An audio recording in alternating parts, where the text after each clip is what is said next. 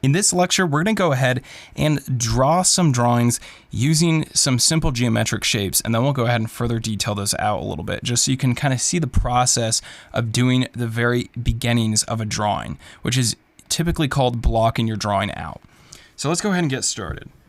So go ahead and select a black color, and we're going to use a brush that has some opacity control, so when I push harder, it gets darker and more opaque.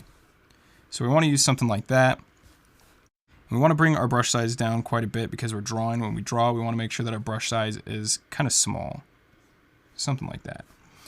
All right, so let's go ahead and let's start with drawing a character. So I'm just going to start by drawing a circle. Usually our characters, we want them to have a circle base for their head. And actually we want to make sure that we do this on a new layer. So I'm going to add a new layer, and we're going to draw on that new layer.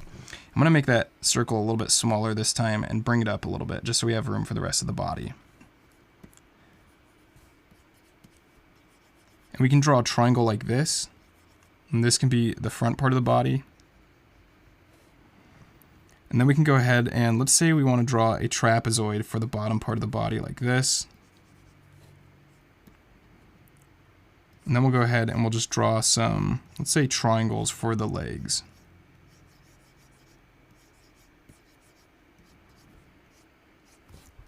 So at this point, this is where you can change things. So for example, I'm seeing that the legs look a little bit too short. So what I can do at this point, I can go ahead and use my eraser, and I can just kind of erase this out a little bit. Maybe make the shoulders a little bit less broad. Come back to my brush and redraw this triangle. And then I can go ahead and come in here and erase this and just kind of bring those legs up a little bit higher. So just go ahead and continue these up like that. And then add my trapezoid shape back in there. And then for my feet, I can go ahead and just kind of add in some rectangular shapes like this.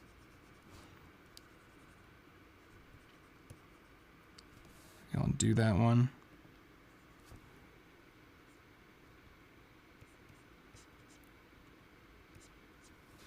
And I can even add kind of a round circle at the end, just kind of round off that foot. And let's say that I didn't like this triangle shape here. Let's say that I wanted to make it a little bit wider, something a little bit different. What I can do is I can just go ahead and erase that completely. And I like where my shoulder line is, so I'm going to leave that there. And I can turn this into more of a trapezoid. So I can kind of come down like this. Then we can add some arms in. And you can just play around, pose your arms however you want. Definitely look at some reference if you're doing a real piece of artwork. You don't want to just be drawing right out of your head unless you have a huge visual library. In that case, be my guest. Feel free to draw without reference, but even some of the best artists in the world always look at a little bit of reference just to get a good idea of what it is that they want to draw.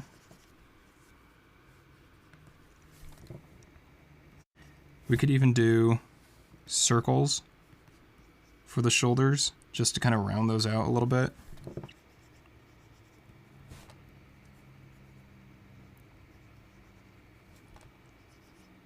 I can put this arm right down to her side.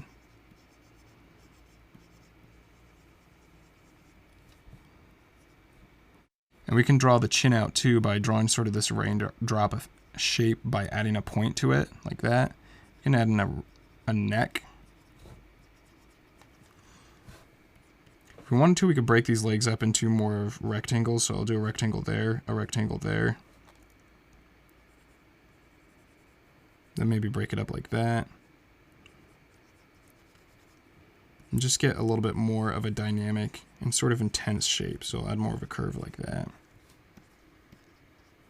You know, I'm not really sure where this character is going, but you can see that basically just by using some simple geometric shapes, I can start to block my character out.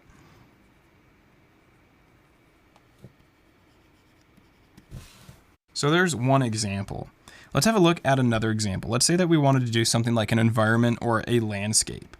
So if I come over here, I have a new canvas. I made this a little bit wider because it's a lot better for doing landscapes when they're wider. And we can go ahead and just kind of start blocking something in. Let's say that we want to do another mountain range. So what I'm going to do is I'm going to block in sort of a big triangle shape like this. Actually, let's make sure we're doing this on a different layer because we want to turn the layer off in a second. So I'm doing it on a new layer. You can see over there. And we're just going to block in a nice, simple triangle like this. And maybe we can do another one behind that. And maybe we can even do a big round shape like that. So part of a circle, basically. And then back here, we're going to do a few more. And these are all going to kind of cover each other. Like that. Then let's go ahead and let's add in our horizon line down there. Maybe we get a little bit more of a hill right here as well. So just a nice round shape.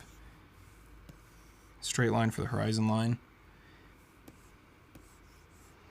And then let's say right here we kind of get sort of a triangle shape. It's just kind of a line really. But let's say that that's kind of the edge bank of a river. Now, right here, all this area is going to be water. And so what we want to do is we want to have a reflection of these mountains. So basically, if this is our horizon line right there, maybe we'll bring the shore of the water more like right there. But our horizon line is right there. So from that point, that's our center line. We want to flip this image right here of the triangle down here. So let's go ahead and draw that in. So we're only going to see about that much of the mountain. We'll do the same thing here. Get that nice curve right there. And then coming from off right there, we get this line as well. And then coming straight down from there, we get this mountain line right there. And then we get the other one right next to it. All right, perfect. So now we have that all blocked out. Let's go ahead and add a new layer above this. And we can kind of start detailing this out more. So things that we can do is we can kind of change kind of more of the profile of this mountain. To see it a little bit better, let's come down to our outline layer or a shape layer. And what we want to do is we want to turn the opacity down. So I'm going to turn it down to about 50%. And that way we can just kind of differentiate between our shape layer and our actual drawing layer. So I'll just go ahead and start blocking that in a little bit more, that profile. We can add a little bit more detail on here as well. We can kind of break up this mountain into two planes, like that, by adding a line.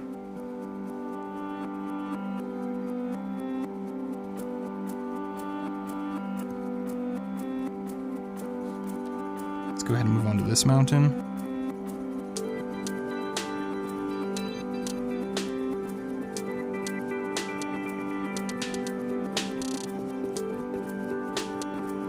And also, if this was an actual real finished drawing, you definitely want to take a little bit more time, look at some reference, do some concept sketching. But this is just for demonstration purposes, just so you can really understand how these shapes are turned into actual organic drawings.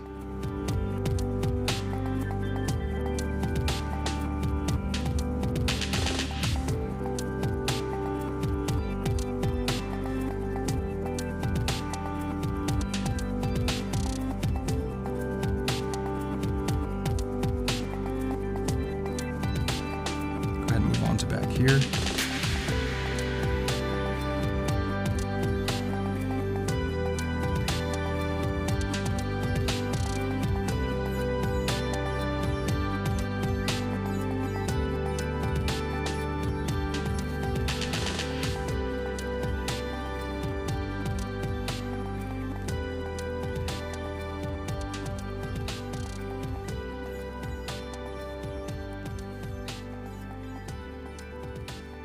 Then right here on a horizon line, if we wanted to, we could kind of block in some trees. Just something like that.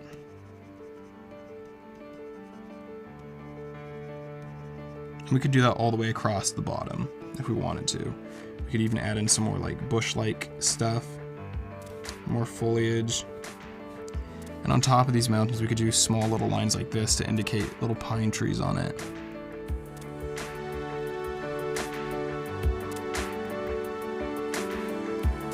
Let's go ahead and add in the edge of our water.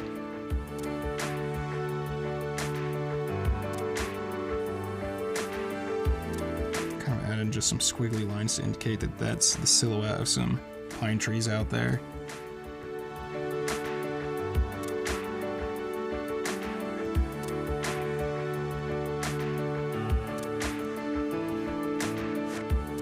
Let's go ahead and let's add in some more lines here for a reflection.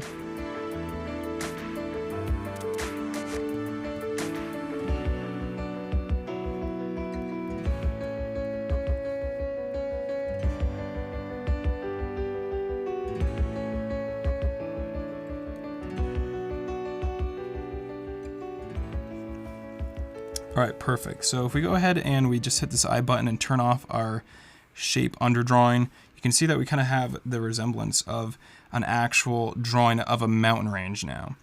Let's go ahead and zoom out. And so this would be the beginnings of an actual digital painting. Clearly this isn't even close to being finished. It's not even close to being a finished drawing, but this is the beginning. So we start by blocking out our very simple shapes and figuring out what our composition is going to be, figuring out what the size and the form and all of that stuff. We want to make sure that we really block everything out so it's in the right position, the right shape, the right size, all that good stuff. And once we have that, then we can go ahead and draw on top of that and start adding more detail. From here, we could either start digitally painting right onto it with colors, or we could take the drawing further and really detail it out. It's really up to you, depending on how you want to draw it, but we'll get more into that later into the course.